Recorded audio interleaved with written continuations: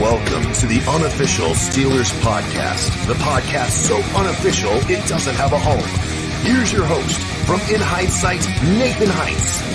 From Steelers Nation Australia, Mark Davison. And from State of the Steelers, Daniel J.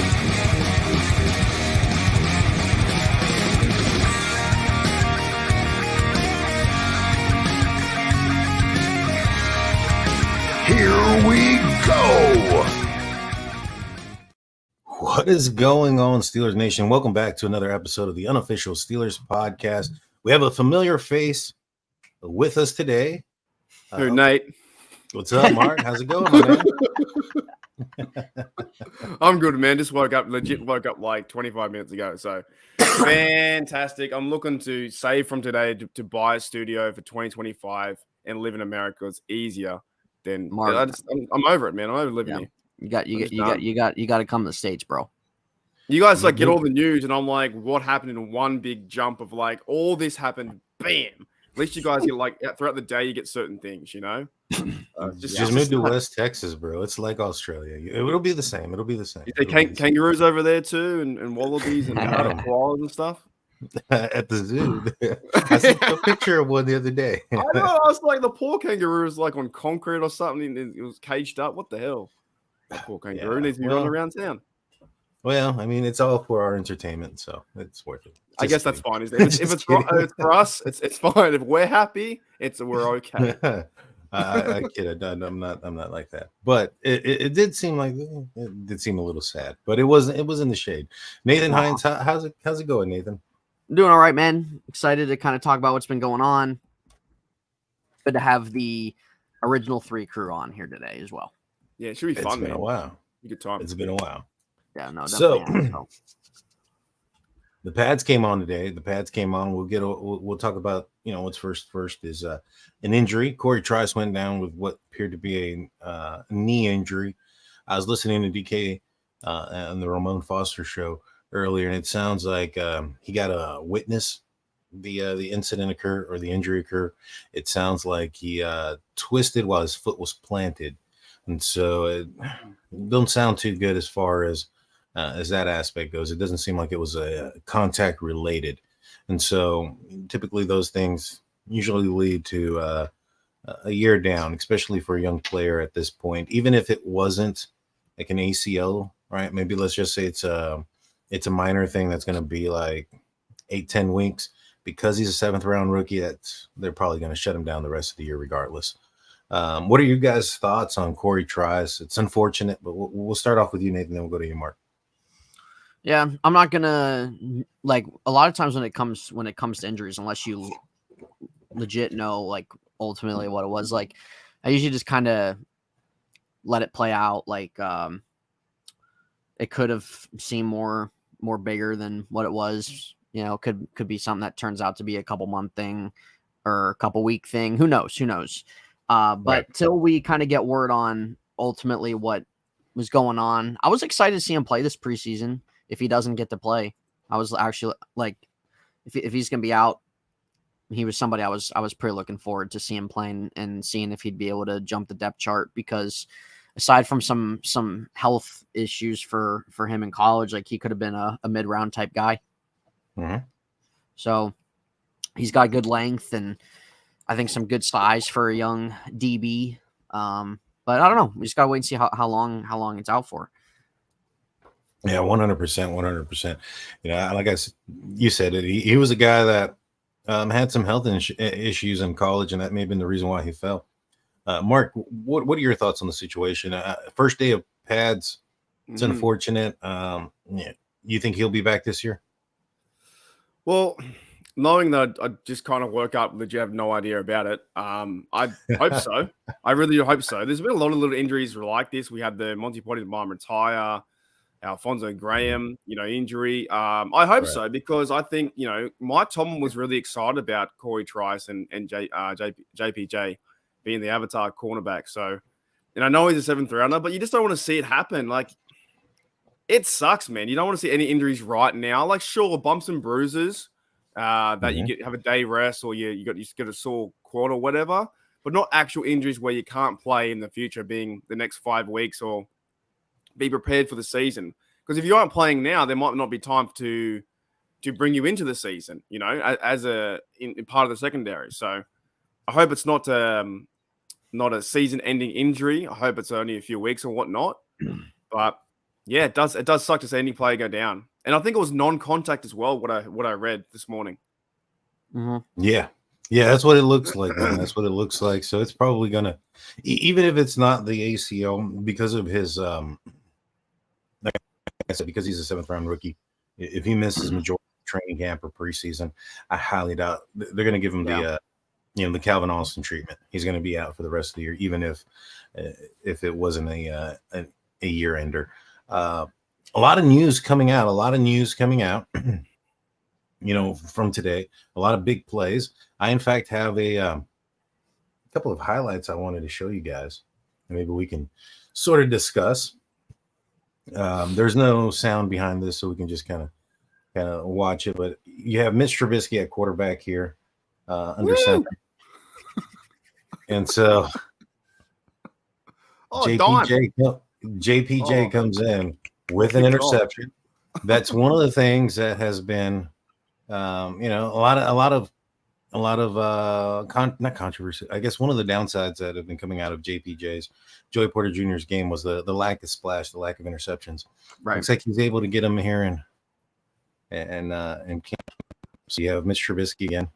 Just now this isn't he's not going up against George Pickens in this play. I'm not sure who he's playing there. Somebody significantly smaller than him.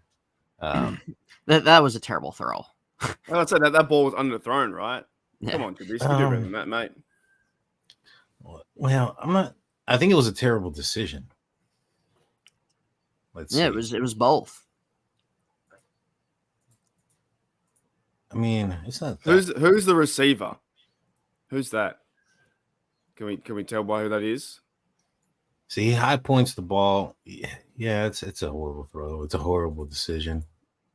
I don't know, but it's a smaller guy. There's Calvin Austin. He looks really tiny compared to. How tall is he? What was he, like 5'9", 5'8"? Yeah, something like that. And Joey Porter's like 6'3" or something like that. So it's a little funny there looking at that. Now this is another play that the defense have made. This is Kenny Pickett as quarterback. Now, one thing I wanted to take notice, and it's kind of hard to see. It's a lot blurrier than what it looked like on my phone. But I guess when you're looking at it from a distance, it's not too bad. But you have three receivers up at the top, and you have Jaylen Warren and Pat Freiermuth at the bottom of the screen who aren't shown. But this is a 5 wide spread on the goal line. This is spreading out the defense there on the goal line. I like this. Yeah. So they call in Jaylen Warren for protection. How good's Warren? Should have handed to Warren. Yeah, no, they did really good handing the ball to Warren. This ends up being an incomplete pass. They're targeting Pat Freiermuth on Patrick Peterson. That right side of the end zone so clear.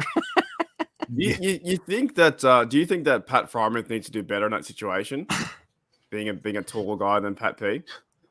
You would want that. You'd want him to go through. See, right here, he's going down. This is reminiscent of Chase Claypool falling. That's what I was thinking. Yeah. You know what I'm saying? Yeah, you're right. You're right. These ones. Oh, Mapletron, what a loser. Dude, don't disrespect him like that, man. He's a new model and everything. Oh, that's true. Yeah, that's scary. That scares me. Oh goodness. So I get your point there, Mark. Maybe perhaps he should have gone through the cornerback and it's only one rep, but I just feel like he's a bigger body. Maybe he could have had more control over Pat P in that situation, and then he's just. But I don't know. It's hard to tell with one rep. That's true. That is true. So this is Calvin Austin doing Calvin Austin. Damn. House call. He ran out of bounds. Absolutely. So what we don't know, or what you can't see here, is the ball is being thrown by Kenny Pickett. Look at how it just falls out of the sky, like it was shot down. Boom. Yeah. I mean, it just teardrops in. Oh man. no, absolutely it is. Now this is the play everybody's talking about. Seen it before. It's not great. What do you think about I paused it at the right spot. What do you think about the I like the catch. Obviously, it's athleticism. It's ball control, crazy catch radius, as he says. The little after stuff. What do you think about that? We'll start off with you, Mark. I don't like it. I think we got to check this right now. And Cam and TJ, I talked about it yesterday in a video. George Pickens is very talented. He came out and said he's the best in the world. I agree with all that. Do have confidence. Not a big fan of putting someone on show. That is in Australia we call that putting someone on show. You've done your work, right? You had your catch. You got it. You beat your man one-on-one. The rep's over. The next point is handing the ball like that is putting someone on show. Not a big fan of doing that to your mate, to your teammate, or anyone. That's going to draw. Also in NFL, it's going to draw flags. It's going to draw penalties. It's going to draw fines. And we don't need that to be. Check your ego a bit, man. Just a tiny bit. I called it last night. Controlled aggression. Controlled aggression. Not a big fan of the last bit. Yeah. What about you? What about you, Nate? What are you thinking about the little bit after? Yeah, I hear what Mark's saying, man. It's definitely something of we know it's something of a competitive nature right there, and kind of really making a incredible catch like that. You kind of have the adrenaline going and stuff like that. So even with that, like, it's still one of your boys. It's still one of your boys on your squad and stuff like that, man. And so I think like it's fine to kind of celebrate the pass, I guess. But it would be a penalty in a game, of course. Doesn't matter who it is, and kind of something that we know he's got an ego and everything, of course. But I couldn't see then. It does look kind of weird that Jared's body is on top of Mark this way. We just need Mark to like turn his head like a little bit. Jared's right too. I get that as well. Like it is, but I just don't want this to be a small baby step into something bigger with like the AB situation, But right. He's very talented. The catch was insane. Was actually insane, man. Like it was nuts.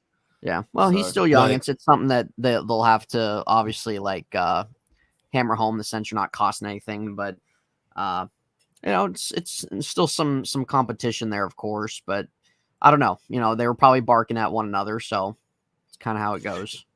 So what I heard leading up to this was that Joey Porter Jr. was maybe not knocking him down or doing anything else, but he was kind of keeping him in check.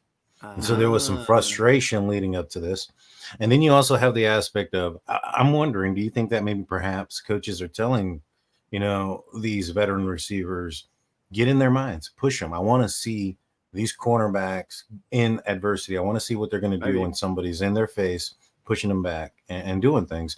So, he throws the ball and the ball hits George Pickens in the head.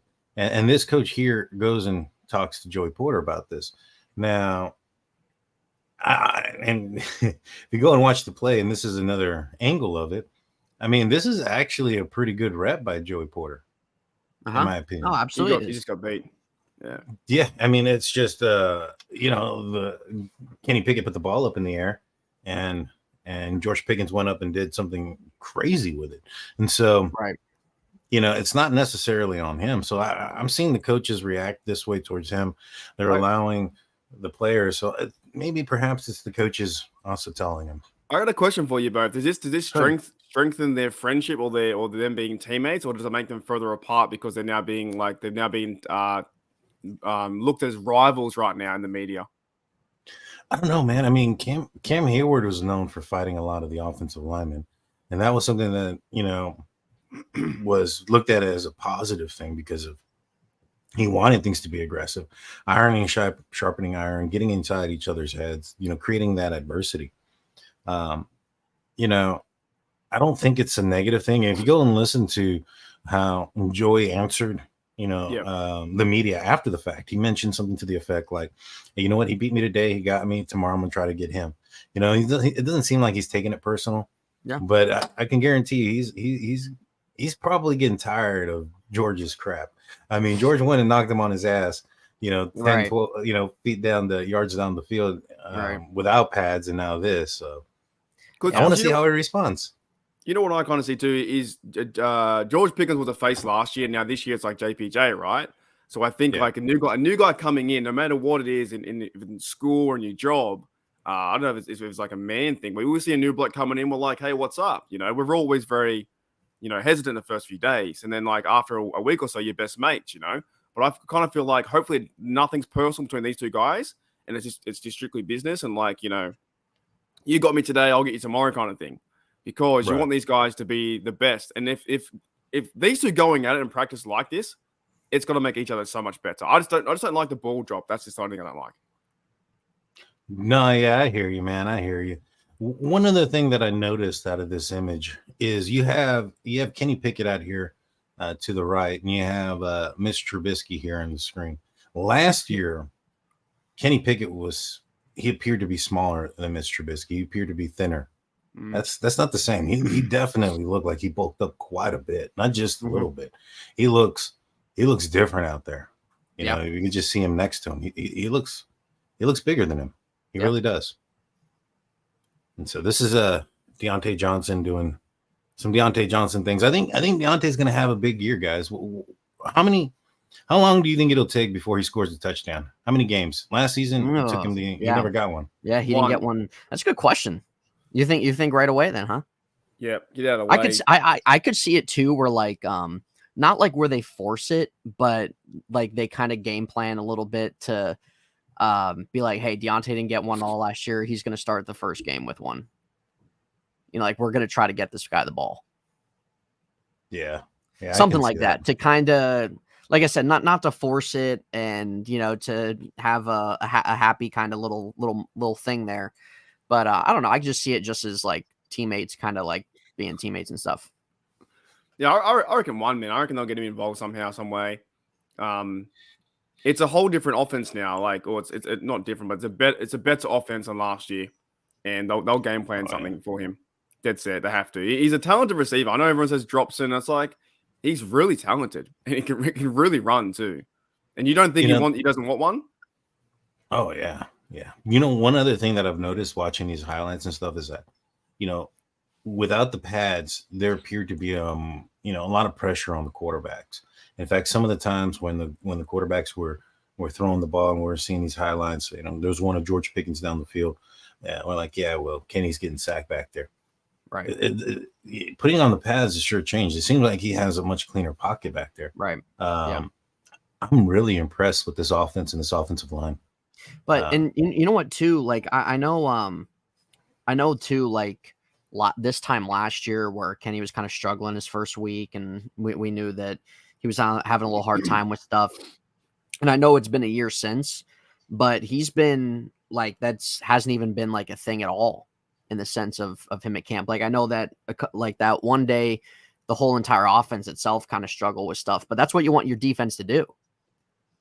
Right. You want your defense to have some days where they make it tough for the offense. But other than that, like the offense, you've heard a lot of positive things out of it. Kenny's had a good camp so far. So that's already kind of just in itself like a parallel thing that's already completely different than last year. Who was that in motion just then? Was that Darnell? No, I can't tell. Let's see. And this is a play action pass. That looks like Allen Robinson. Number 11. Yeah. And so he's been playing a lot in the slot. Yeah. And this is a play action pass, which was another thing that we didn't see very often of the offense last season. By the way, Lamar's ass. Sorry to tell you. This play action pass goes back, clean pocket, laser down the field. Yeah. See, that's Darnell Washington. That's Darnell. Okay, that's That's interesting. a big man. That's interesting to me. If he's going to be in motion in those kind of plays, because then he'll be probably with Muth, I'd say, in some of these sets. Washington had a touchdown over Pierre today. Oh yeah. Who's that? Washington. Yeah, but you and I could do that, Nate. That's easy. Yeah, over Pierre. I like Pierre. Mark's got that length, man. Mark's got the length. I like Pierre, man. I think he's cool. I don't nothing against him. I like it though. So they move in motion. Oh, big rep. Who hit Darnell? That was good too. Whoever hit Darnell. Let's see. Uh, That looks like Mark Robinson. yeah, I think he hit him. I'm pretty sure. Yeah, it's number 93 right there. Yeah. Oh, Boom. yeah, that's Mark I Robinson. like that. You like that. I like that. That's good. But look at that catch. Like, look at the position of the ball where Deontay, one, Pickett's on the move. He's throwing off his back foot on the move. That's one thing. Two, then you look at the position over the head of the two defenders, where only his receiver can catch the ball in a location, high points it, touchdown. Yeah. I mean, on every aspect of that play, I liked it. I liked it a lot. I think it's possible both have 1,000 yards this year, both receivers. So these are some running plays that I put together. And there's Jalen Warren gone for at least 30 yards. 1K for Warren this year, mate. He's getting it 1K. I promise you that. It's going to happen. Now, I put a couple clips back to back, and these are was it 7 shots or whatever when they're in the goal line, and every time they ran the ball, they got in the end zone. Look at the beef up front, moving people. Look at that hole. That's great. See the way, dude. It feels like it's been 5 years since we've seen that. Dude, no, I know. There's no look at this hole. And this isn't the goal line. This isn't the goal line when Who's on the right hand side? Who do we have here? Who do we have in that picture? We have we have 65 Dan Moore, Ciamalo, the starting five, Mason. right? Yeah, it's kind of nice, like them just seeing having new practice jerseys. Like whether you like them or not, like it's nice to see. It's actually kind of like a breath of fresh air. Mm. Yeah. No, they've had those older ones for so long. Look at the way that Cole does these too. Cole's got a good bam. Boom, double team. Yeah. Move.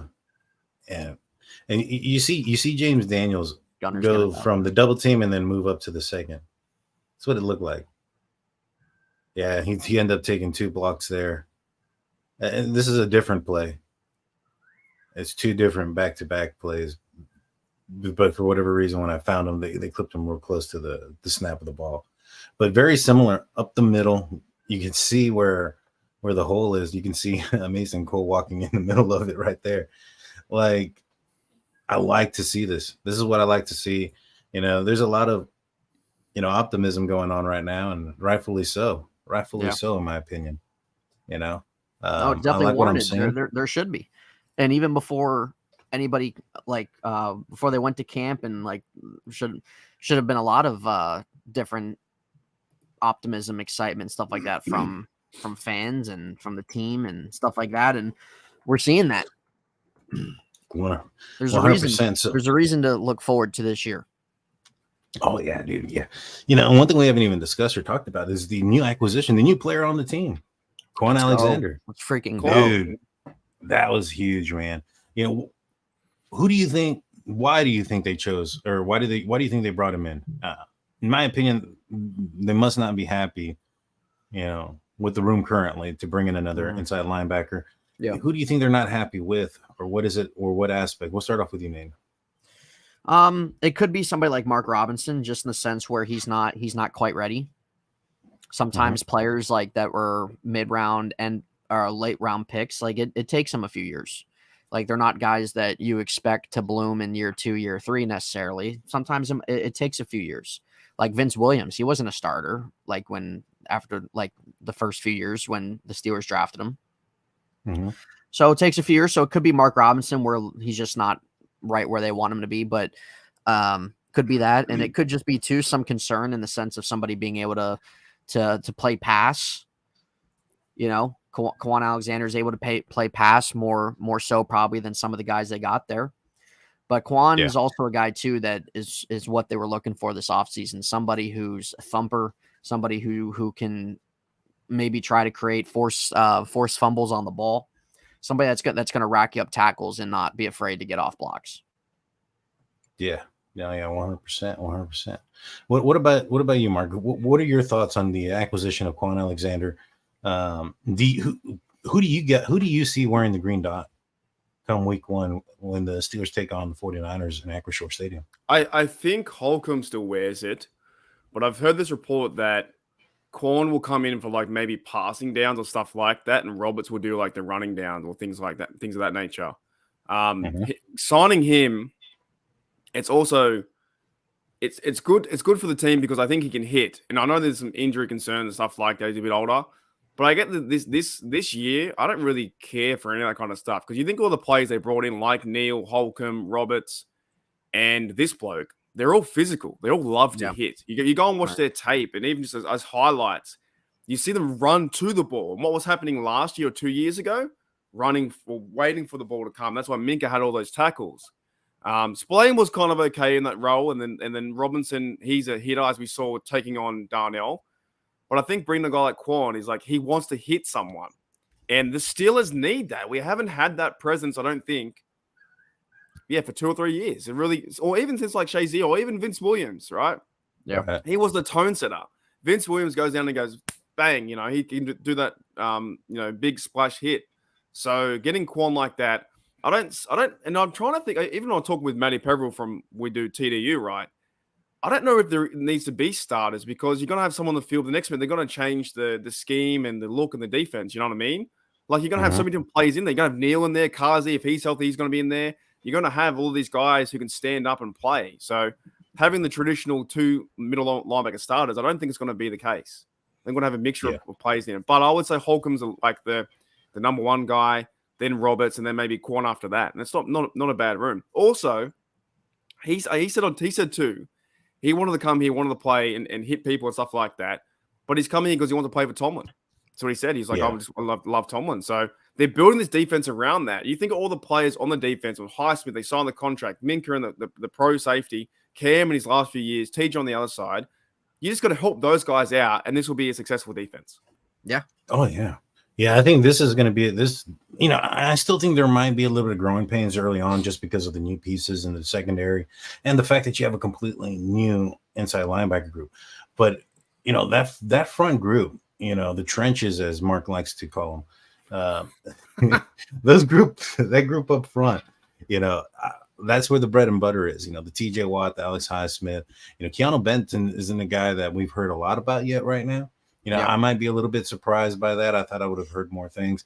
I think I've been, a little bit surprised that we haven't heard more about Darnell Washington, but that could be a rookie thing, still getting acclimated to the pros and getting sure of themselves. You know what I'm saying? Yeah. And so, sure. But I'm very pleased. I'm liking what I'm seeing out of this offensive line. Yeah, they've been moving Pat Pete around too, and he's loving it. He's loving it. He's had some safety looks. He's had some slot corner looks. Dude, I don't even know. Like, do you guys think that they're going to have a solidified slot guy? I don't. I think they're going to rotate some guys in and out. Like, you're seeing Duke Dawson get some time. Yeah. In there. Yeah. Sullivan, of course. Yeah, I think they're just going to move some guys around depending on what. Even the other bloke too, the Elijah Riley guy's been stepping up. Yeah, him too. Yeah, he's been getting some opportunity. This is the thing, though, because Omar Khan went and signed, 15 guys or 14 guys, a lot of them veterans for this team. Key guy, Isaac Siamalo as well, had a great draft. This team has improved completely from last year. Completely. Just based off their history and their career starts.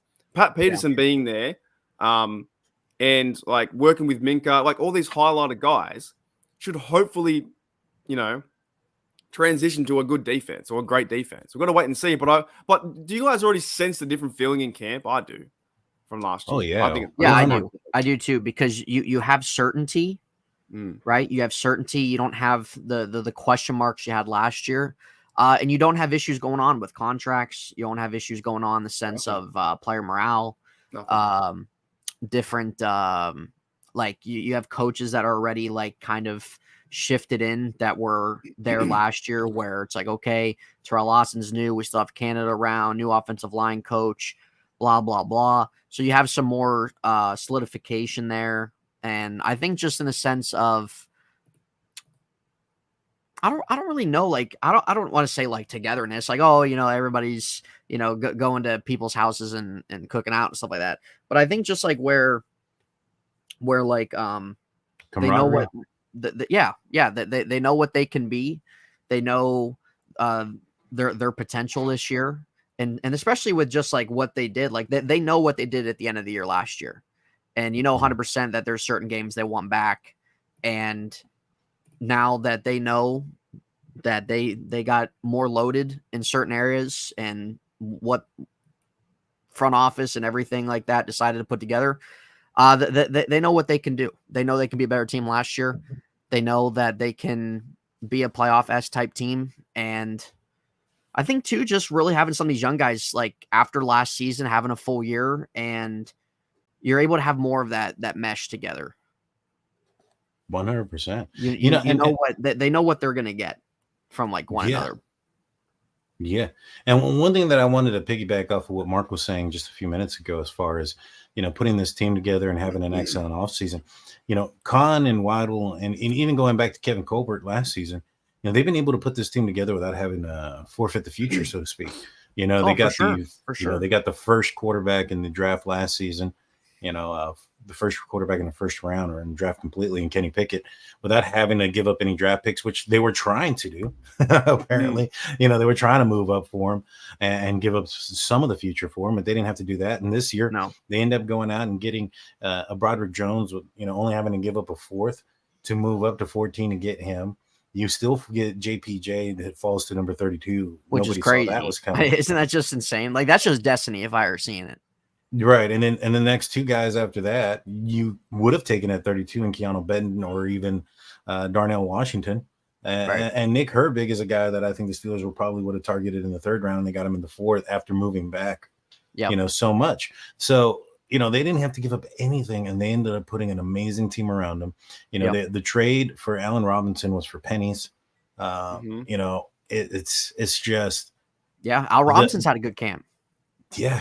I mean, he needs to stay healthy, man. He needs to stay healthy. Right, 100%. But and like I said, he's going to be that security blanket. He's going to be that, Jericho Cotchery to Ben Roethlisberger. Yeah, he's going to be if he's healthy, he's going to be a little better than some people think. Like, he's got a little juice left. He's not the guy that he was with his first year with the Bears and what he was doing with Jacksonville, but he's still got a little juice left. Yeah. No, I'm excited about him. I'm excited about this entire team. And like I mentioned, they didn't have to forfeit the future or any of those type of things. And, they haven't really broken the bank for anybody, Right.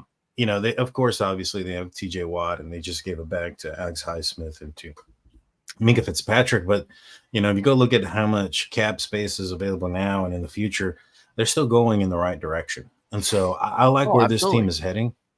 It's heading in the right direction. There's still rumors that are kind of sprinkling here and there that there might be more players being added to this team. There is supposedly word out there that the Steelers and the Ravens, Z probably has heard these rumors, that they're still going after one Chase Young out of the Commanders. Now, I, for one, not sure if that's going to happen, but could you imagine? I mean, if Omar Khan does that and gets him like for a 7th or something or for a 5th, convinces the Commanders, Yeah. Well, you're able to take advantage of stuff like this when you have such a young offense. That's true. You know what they should do? I don't even know. Like, see, the thing with him too is like he's a guy that hasn't been able to stay healthy either. Yeah, he hasn't been able to. But when you think of like the name and you think of at least the player that he's kind of been projected to be, like, it would definitely be something. You know what they should do? If Omar Khan pulls it off a trade with the Commanders, he should be able to call the new team the Washington Khans, because then he would own them. He would own them forever. Dude, are they just going to go back to the Redskins, or what the heck's going on? I saw that petition, dude. That's crazy. Yeah, like they even said. I don't think I'm allowed to say anything wearing this white jumper at all in this year. I can't say anything. Yeah, Mark, Big Daddy's listening to you, buddy. I'm not allowed I can't have an opinion, so I won't. You can. No, that's what I'm saying. Omar Khan does the trade and is called the Washington Khans, and he'll forever own the team. I really don't think it's going to happen though. To be honest, Chase Young. Probably not. I think. Where does he fit? I don't know where he fits. Deadline. Where does he fit? Yeah, like there's so many. It's still like Leal. You're not going to rotate Highsmith in and out. Right? Hey, can he play DE? There's still people holding out for JJ Watt to come out of retirement and be a Steeler. So I thought there was a slight chance. It was for a year. For a year, why not, man? You see, I still hear optimism in y'all's voice that that's possible. You never know. Something happens to Highsmith. It's like I don't know. Grief. But so what are y'all looking forward to now? What's next? So obviously get better. No injuries, things like that. I want to continue to see the Joey Porter and George Pickens battle. What battles are you guys looking forward to continuing to watch during camp as it continues? Mark, good. What battles am I looking to watch? I think the slot corner will be interesting to see that, like those kind of guys like Elijah Riley, those kind of guys in there. I'm kind of keen to see is the receiver. I don't know who's going to be 5 and 6. I actually have no idea. That one intrigues me because who's going to play kickoff return? Who's going to play punt return? Is it going to be Austin or someone else like that? Do you see Hakeem Butler get a hat? Right. Do you see Shesky? I know people don't like him, but I still get a feeling that he might be part of the team because the Steelers they brought him back Calvin last Austin year. he's going to get some good looks. Mm-hmm. So, I think it's George, Deontay, Robinson, CA3 is 4. I think they carry 6. So I'm trying to figure out who's going to be 5 and 6. I don't know. Dude, you know what A lot of battle people I'm are looking forward to, man? Oh, what battle is that, my man? Mason Rudolph versus Tanner Morgan, bro. You reckon he gets done? Are they going to change him over? Tanner Morgan, QB3. I don't know, man. Mason came in and took his number, so Yeah, we'll see. he did. He took his number back. No, all jokes aside, I'd say. What was I going to say? Oh yeah, I was going to say like Broderick Jones has been doing pretty well the last couple days. He's had a good couple days there. So kind of what happens with the tackle spots, and also with Kawan coming in, like what they just kind of end up doing at inside linebacker, like throughout preseason, and what they kind of show and what they might be leaning toward. Because Atlanta Roberts, they gave the 3-year deal to. Yeah. When they bring him in. So I'm interested in that. Yeah, the long snapper battle. Did they give him a 3-year deal? I thought it was less than that. Yeah, I thought it was too. I thought Holcomb got the 3-year. Yeah, he did. Maybe it was a 2-year deal for him. Yeah. Okay. Yeah. It might have been because I know Holcomb got a 3. I'm excited about Holcomb. Might have been 2. I think Holcomb can be a guy, man. I don't think he's going to be a superstar, but I think that Holcomb can be starter capable. He can be a like James Ferrier wasn't a superstar inside linebacker. He wasn't he was very good. He was very reliable. He's not a Hall of Fame inside linebacker, but he's one of the best. What was he, free agent or trade? Yeah, he was free agent. Yeah, one of the came from the Jets, right? Yeah, it came from the Jets. So a good offseason pickup. I can see the Holcomb being a Ferrier type of player, having that type of potential. I don't see a Ryan Shazier. I don't see a Ray Lewis. I don't see an inside linebacker that, generational talent, but I think he can be serviceable. Yeah, for sure. And not to mention the pieces he has around him. I mean, TJ Watt, Cam Hayward, Minka Fitzpatrick. Right. It doesn't need to be a crazy player. It just needs to be a guy that can hit and play middle linebacker. You know what I mean? Exactly. Just needs to be a good player. Doesn't need to be like outstanding. Just needs to be good. What about the punter battle? Brandon Mann's had some good punts. I think Harvin has it, to be honest. I don't think they'll give it away. I think they have a better connection because I always think back to like Boswell, Kuntz, and Harvin have like connection. So I feel like that helps him out. I'm just tired of seeing 35-yard punts. Yeah, man. Shanks consistently. I saw a video of him punting today. The thing is, right now, I'm not a punter, so I don't know. I've never punted a ball in my life, but I would assume it's probably easier to punt in the warmth than it is in the cold. Yeah. And so, right now he's being consistent. It's also hot out there, so we want to be able to tell. I mean, the same thing happened with Mark's mate Jordan Berry, right? Yeah. He was good when it was warm. Too bad. He was also inconsistent as well. He plays much better now in the dome in the Vikings.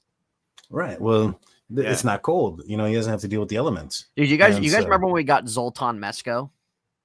Who? The punter? Yeah, who's the old punter from like 2015?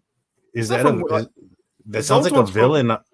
It sounds like a villain off of Power Rangers, dude. It is a villain. Zoltan's from Dude, Where's My Car? Zoltan. You know, have you seen that? Yeah. Zoltan who? Dude, Zoltan. Zoltan used to be a punter for the Patriots, and then the Steelers got him in like 2013 because they cut him. Dude, I thought he was gonna be like the GOAT when it came to being a punter. He was released the following year. Jada knows I can't stand Brad Wing. I'm not a big fan of Brad Wing. I thought he was just too much. What was it about him? I just think he had so much ego. He had more ego than I think George Pickens as a punter. You know, he was trying to be like a Pat McAfee out there. You know, Mark's more of a Brad Wing guy. I could see it. No, he was the other. You know what really annoys me is what did annoy me is that the Australian media only focus on the punter over here. They don't talk about the actual anything else. They just focus. And it makes sense because focus on the Australians. But dude, talk about the team. Talk about everything else. You know what I mean? Yeah. So if we were to make a Super Bowl with Jordan Berry, they would have talked about Jordan Berry being the greatest player ever. I'm like, you have to talk about the whole team, not just the punter. So people in Australia think that punting is a scoring play, in football. Like he must have got 3 points or something. There are some Australians here that have no idea how this game works, like no idea, and even some fans who follow the team have no idea how it works. It's hard. That's why I made the channel, because I was like, I had to talk to like Americans about it.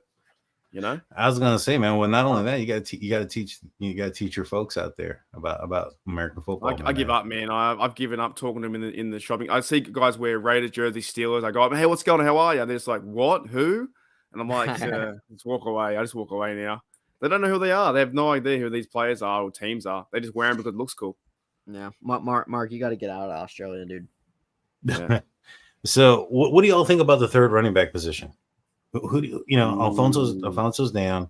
It looks like Anthony McFarland is probably the from what I've heard. Yeah, he's been the best. He's been playing pretty good. I think he's got it now. At the start, maybe not, but right now, I've seen a lot of good highlights of him playing and some stuff that reporters are saying about him. I think he might have it at third. Looks like it to me. The one thing that concerns me about McFarland is I don't see him playing a lot of special teams, and I felt that RB3 would definitely have to play some special teams. Do you think that could be is he not big? Is he not big enough to get in there and tackle? Well, the only time that I've ever seen him participate in special teams is on kickoff or punt return. And I was reminded, I think it was by Shannon, that the one time he did do a punt return or a kick return, he fumbled it and recovered it, but only got to the 10-yard line. And that was the last time we ever saw him on special teams. And so, I don't know, man. I like what he brings. I think he brings that, extra dynamic. But how often do you think the Pittsburgh Steelers are going to utilize that? How often do you think we're going to see running back 3 on the field? When you have Najee Harris. Unless there's just an injury. Go back last year. It was 5%, about 5% of snaps, about 60 snaps last year. That was it. Not much. Yeah. So I'm not sure. Do you? I mean, you have to, right? Just in case of injury, waste the roster spot there. I don't know. I mean, they were able to stash him on the practice squad last year. And I'm not sure if they'll be able to do that. If he has a strong preseason, I'm not sure they'll be able to do that this year. So is there anybody that you guys are not impressed with, that you are disappointed in so far in camp, that from what you've heard? I don't know, actually. What about you, Nate? You start, mate. Find someone. Let me think of some guys here. I don't know. Mason Cole seemed a little shaky in certain things I've read. He seems a little shaky. Like, I'm not worried about him, but at least just a couple things here or there that you want to see as practice keeps going on, just to clean up. Trying to think of some other guys maybe. Is there anybody that's kind of maybe lost a spot or? What about the Elan Roberts telling Najee Harris to keep his explicit head up? I like that. I thought it was cool. I don't think I saw that. Really? Yeah, I don't think I saw that. Why? I know it was like a toss or something like that went for minimum gain. 2-yard run or something. He said, "Keep your effing head up." Yeah. I didn't see that. Yeah. So put Najee in check. He did. I'm excited about it. Dude, like there's been some back and forth. In fact, there was another video that was out there of Mike Tomlin and Najee Harris, and Tomlin's there talking, and then Najee's like, "That's enough, coach. Let me finish this up." And he's like clearly out of breath, and he's like, "We're gonna run through them and this and the third." But you know, a lot of banter going back and forth between the offense and defense. I love it, man. I think this is gonna really, like you mentioned it earlier, Mark. This year feels different. It does. You know, it doesn't feel like a rebuild. This feels more like a contending year. You know, if the Steelers stay healthy, which is a huge thing, because we already know that there's been a ton of injuries throughout the league so far. You know, everybody from from Jalen Ramsey to Corey Trice, and you know, a lot of players have been, and I'm not saying that those two are comparable, but just the two that popped off the top of my head right now. But you know, a lot of injuries. If they stay healthy, I think this team is going to be a competitive team. They're going to surprise some teams. You know, I'm excited. Mark, go. And I want to ask you this because I know how close you were to being a Bengals fan before. What are your thoughts?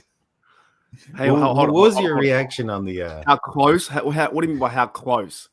I mean, you're wearing, I can't tell what it is, but it's white and orange. You have a sweatshirt there. Continue with your question. How close Mark was to being a fan. You've insulted me. Oh, my goodness. So, what's your question? So, you know, we saw some. I just want to get your thoughts on the Cincinnati Bengals and the Joe Burrow situation that's going on right now. Situation is, I guess he went down with non-contact injury. Look, I don't wish anyone that kind of stuff. That, you know, his season's done, right? But at the same time, like putting that aside, if he were to miss the season, I'd be like, oh no, that sucks, man. I hope you get better. And then it's game time because we're gonna win the division. Stuff the Ravens, stuff the Browns. We've won the division pretty much. But I don't know about the old Joe Burrow. Joe Burrow is trying to be cool Joe, and it comes off as corny. Whereas Kenny Pickett is like, I'm just a normal dude drinking beer, throwing the rock around, and he's confident. Yeah. You know what I mean? So I think the Bengals might be in a bit of trouble this year. And also they're still trying to amp this this rivalry up of like Chiefs versus Bengals. But the Chiefs have their number. It's not a rivalry. They have their number. Well, so I'd rather have my quarterback, you know, shotgunning beers with Luke Combs and hanging out topless with his offensive lineman smoking cigars. Just throwing that out there. Yeah. Even that stuff with Joe Burrow, like I just feel like it seems like really forced. Every time he does stuff like that, he seems like really awkward. I know he's a good quarterback, but him going down, he's going to miss the whole season now. So I don't know. I think it's just a cap string. A lot of people were thinking that there's the possibility that it was a money thing. You know, he goes down, says he has a cap string. He's in contract talks. Is this some sort of ploy to get? Well, he did on purpose. He did on purpose. Well, that's what some of the rumors are. Yeah, that's what the rumors are. The rumors are that he did it on purpose, so that way he's not doing a hold in. You know, when somebody has like a contract situation, you know, there's been rumors that they, you know, tying up a hammy or tying up a calf or something. You know, just kind of show the organization like, hey, you know. So if he did that on purpose, is he trying to get more gain? Is he trying to do it for personal gain then? Well, he's put it out there that he doesn't want to take away from the team. He wants to be the good guy. He's trying to give off that, you know, I don't want to take all this money, yet the team is selling the name of their stadium. Oh, dude, believe me, he's going to take all the money. Oh, yeah. Exactly. You're going to pay him the highest. Yeah, give me a break. Right. Give me a break. Yeah, 100%. 100%. But he's going off saying this, right? And he's trying to give himself this, you know, this shining light, right? And he's trying to do it for the team and the organization. And so the conspiracy is that he went down so that he can, in some form or fashion, so he can get some money. I think it's logical. Yeah, I still don't think though, until the Bengals prove something to me, actually go and win one, then don't talk to me, any Bengals fans, because we've got 6 of them. Right now, the Steelers and Bengals can go toe to toe. We saw it last year. We won the first game. They won by 7 the other one. This year, we're even better as a squad. We can go toe to toe. The AFC North is pretty packed this year, actually. Besides, did you guys hear about the Browns? When I got some of the Browns playing this morning. Did you hear about that? Yeah. No, what happened? What a joke. They couldn't take off. They couldn't actually. Well, there's something they had to delay. They trashed their plane. The Browns players trashed the plane so bad that they couldn't actually even get the next flight. Wow. How terrible is that as an organization? The Browns are the Browns are the Browns. Like they actually they must have landed or whatever, and they said there was drinking. Dude, I cannot wait until they win like 7 games this year. They might not even win 7, but there was food and just stuff everywhere. And when they went to go clean it, they couldn't have time to clean it. And next minute they missed a flight or the next flight. You know what happened? I'm reading this right now. Apparently, Deshaun Watson was upset after seeing the massage chair brought in by the special teams of the Pittsburgh Steelers during training camp. So I think that's what's going on there. I think that's what's going on there. You reckon he get a bit hot in the collar if he saw that chair? He'd be like, "Ooh, hang on a minute, what's going on over here?"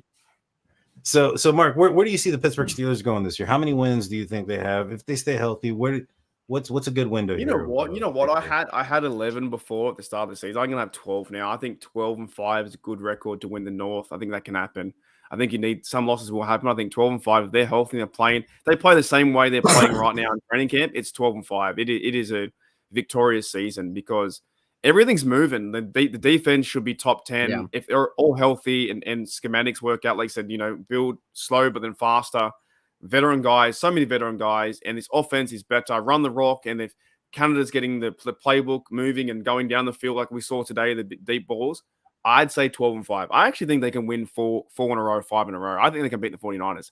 49ers are trying to figure out who their quarterback is. Start out 5-0 before the bye. Yeah, I think so. Dude, they have got a chance. They got a chance. That'd they got to, of course you got to play right, but if the other team is playing, competing too, long as they can compete and be in games, why can't Kenny Pickett go out there and beat the Browns, beat the Texans, beat the Raiders? There's even I saw Jimmy today Jimmy G had a fight with someone too, with one of his Raiders guys. Crosby. So there's a bit of drama, and then they can't sign their running back. The Steelers right now don't have too much drama. Can't set it. Everything's sorted out. All the contracts are sorted out. And they said Tomlin will extend you at the end of the season. Everything's sorted out. They've got all the guys, all the pieces. Everything's moving forward. So you're not concerned about the non-extension to Mike Tomlin this offseason? Not overly, because I listened to the Rooneys and Omar Khan talk about it, and I think it'll happen at the end. And I do not see this team going 6-11. I just don't see it happening. No. I don't see him taking a freaking 3-game step backwards. No. So. No, not at all. So let's do a little bit of prediction time before the season starts, and then we'll call it a show. I want to know who do you guys think are going to be who's going to be your captains? Who are they going to be the captains? There's usually 5, 2 offense, 2 defense, a special teams captain. And who is your prediction that you think by the end of the season going to be your offensive player MVP and your defensive player MVP? We'll start off with you, Mark. So captains on offense, I'd probably say Kenny Pickett. I think he's a captain. Was Najee a captain last year? Last year was Najee, Mitch Trubisky, Cam Hayward, TJ Watt. God, making Mitch a captain, that's terrible. And the players voted for Trubisky as well, didn't they? That's awful. Yeah. So I'd say, KP8, I'd say Najee for those two. They seem like captains because Najee's a leader too. He can be very vocal, can be lead by example as well. On defense, I'd probably say, Cam and TJ. I wouldn't mind Minka being a captain though as well. I think Minka would be a captain too. About Pat Pete? True. You could name half the bloody defense, couldn't you? On teams though, would Boswell be a captain? He's a leader. He's been one before. Yeah. So how many can you have? Because I'm not going to see that teams have 8 or 9, 10. I think it's 5. But as many as you want, though, right? I think. I think for special occasions they'll allow certain instances, but for the most part, the Steelers have had 5 traditionally. I think it's mainly 5 too, because if you look at like players patches that certain teams will wear. If they're a captain, there's 4 stars, and then you have the letter That's what I was C. going to That's say. 5. Who's the number one overall captain? Is it Kenny Pickett or is it like Cam? Probably Cam. I would say Probably. Cam. Yeah. Right. So I'll probably say KP8, Najee, Cam, TJ, and Chris Boswell will be 5. That's who I'd say probably. What was the other question though? I don't know what the other question was. I forgot. Offensive, defensive players for the Steelers this year. Yeah, offensive, defensive player MVPs. You know what? I've got to say Kenny Pickett, man. I think he takes a massive jump. I really do. He's playing long jump, mate. He's jumping like 12, 14 meters. You know, he's going the distance. I think he's going to be big for our team this year. Defense, Minka. I think Minka goes off this year.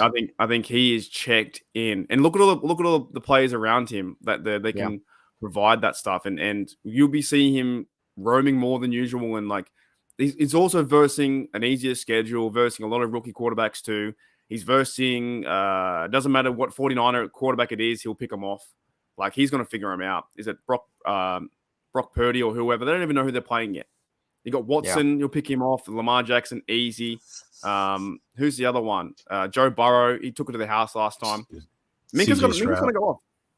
Yeah, all these dudes. So I'd say he'd be defensive player. Even though TJ's in there too. Oh, there's so many. Who do you want? Dude, it's going to be a good year. It's going to be a good year. What about you yourself, Nathan? What are you thinking? Are you thinking the same 5 as far as captains, and who are your MVPs? Your prediction for MVP? Yeah, I'm thinking those 5 for captains. I wouldn't be surprised if Peterson was named one either. But I'm going to say for both sides of the ball, I'm going to say Najee Harris. I think Najee's going to hasn't really hit that part in running back territory yet where he's more in that upper echelon of guys. I think he does this year. I think he's going to be highly utilized. I think that from what we've seen this offseason, we know running the ball is and strengthening that O-line was a big priority. So I'm not saying that I think he's going to be a top 5 back this year necessarily, but I think that he'll have his best year. And I think that it's gonna come at a big part of the Steelers offense. And then defense, I'm gonna go TJ. Yeah, those you can't go wrong with almost anybody on defense. To be honest with you, no, you can't. You can say TJ, Minka, you have TJ, Minka. Yeah, there's some good players on the defensive side that you can even go with. You might even shoot Highsmith if he has another year. Yeah, last year he really did quite a bit. Last year he proved to be a force. You know, a lot of people say, TJ Watt is has a lot to do with that. But last year, teams knew that TJ Watt when he was playing wasn't TJ Watt, and they were blocking and sliding things towards Alex Highsmith's side. So he still was able to put up 14.5 sacks through that. So I'm excited to see what he has. For me, I think that. I'm going with Boswell as the special teams captain, TJ Cam, Kenny and Naj as the offense and defense. As far as my MVPs, I had gone with TJ Watt as far as the defensive MVP. I think he's going to have a bounce back year on offense. I'm going with a little bit of a surprise player, somebody that a lot of people, they kind of hate on him sometimes, including myself, and that's number 18, Deontay Johnson. I think he has a big chip on his shoulder this year. He's good, man. He's good. No, he is. He gets overhated, whether that's by the media or just by Steeler fans. Yeah, like he definitely does. Like, did he have a down year last year? Absolutely, he did. But his first few years, dude, he got better by the year. And his drop stuff, we know that he'll do some dumb stuff in big situations, and we know the narrative in the sense of needing being able to hold on to the ball better. But dude, guys like Jamar Chase and Justin Jefferson have worse drop rates than he does. Yeah. Also, he came into the league with when Mason was quarterback. So his rookie year was Big Ben going out. Yeah. Big Ben near the end of his career. And Big Ben was, wasn't his best near the end of his career too. Now he's finally, and then also last year, Daniel said here, it was a different offense working its way out of the Trubisky into Kenny Pickett. Now this year, it's everyone knows it's Pickett. and they're buying into each other. Like it's Steelers fans are pretty harsh Yeah. on, I think, DJ, that the fact he's a really good route runner. He's athletic, and just because he didn't score TD, sure, but he'll get one. He'll get some. He'll start moving the football. I think he's going to have it won't be the same year. There's no way it's the same year of DJ last year because the offense is different. It's improved. Yeah. Not only that, but you also have the fact that you can't double cover everyone. You can't double cover George Pickens, Deontay Johnson, Pat Freiermuth, Darnell Washington once he starts to, make some big catches and things of that nature.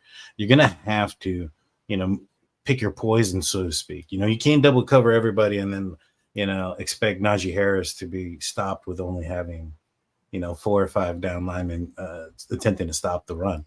So, I'm excited about this offense, and I think that because of the attention going elsewhere and his ability to get open and his position as the X receiver, he's going to have those targets. He's going to have those opportunities, in my opinion. And, by all indications, it sounds like his chemistry with Kenny Pickett is soaring. And, I'm excited, dude. I think he's got a huge opportunity to be a bounce back player, if not, this team's MVP. The Steelers have they've gone receiver as the team MVP in the past. Juju Smith-Schuster had a year once where he was the team's MVP. I can see that happening for Deontay this year. Yeah, no, that'd be great. Steelers fans should be rooting for the guy. 100%. They will wait till he drops one and then they just go after him in the comments. In the first game. Go on X and see everybody crying. Dude. The first time, if you think it's bad for him, the first time the Steelers punt, do you know how the Canada hate is going to come out? If the first plays will run, I got to pull mine back too because mine was getting up there last year, but I'm fresh as a daisy this year on the Canada stuff. It's like it is. You know what? Sometimes I don't like being on social media and even on YouTube when I watch the game because when I was younger, it was just me watching the game and that was it. It was like there was no comments coming in, and we all go to Twitter. And if we're losing by 10 at the quarter, there's gonna be some fire Tomlins. You will name it. You'll be seeing fire Tomlin, fire Canada. But down at 10 at the half or 10 at the quarter, Kenny throws his first pick of like, yeah, 100%, man, 100%. Are you guys gonna be live streaming any of the games, preseason, regular season? I know you do a lot of live streaming, Mark. I won't do it. No. I'm even doing this bloody Hall of Fame game with the Browns versus Jets coming up in 2 days. Oh, wow.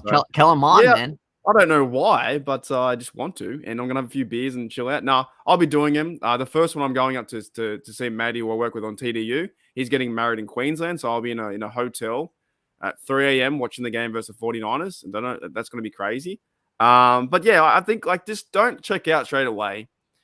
If you want to start yelling at them, yell at them if we're losing 0-6 at the bye, then yell at them. But don't yell at them if we lose the first game.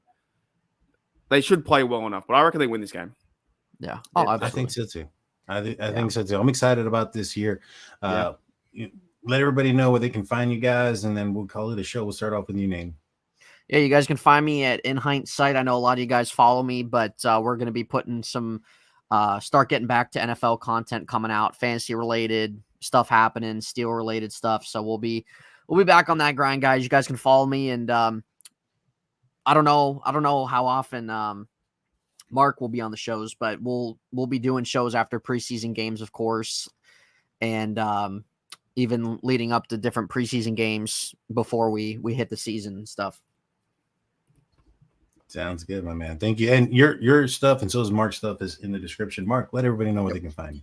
Yeah, so catch me outside. I need is that still a thing? It's still a meme? I don't know. How about that? Catch me outside. Mark, that was a few years ago, Mark. Catch me outside. I need 2 more subs. I need 2 more subs for 1,500. And if I don't get it, I will delete my channel by the end of the day. So, do you want that to happen, everyone? Do you want never see me on the internet again? Probably. But if you don't get 2 more loses subs, 6 subs. No, I need 2 more. I need 2 more for 1,500. So, Steelers Nation Australia, catch me outside. Yep. Awesome. Let's get him those 2 subs. Head over there to Steelers Nation Australia. Head over to In Hindsight. I also listed their other channels Who Are These Guys podcast and Touchdown Daniel, we Under appreciate it. podcast. Yes, if you guys see the troll, Zach Hutchings in the chat, him and I have a podcast called Who Are These Guys? And we're going to be doing next episode's going to be Am I Smarter Than a Fifth Grader? So you might want to tune into that one and see how that goes. But at the end of the day, guys, he's just a joke of Ravens fan that's never been to Baltimore in his life. It happens, my man. It happens. All righty, y'all have a good night. We'll see you next time. Peace out.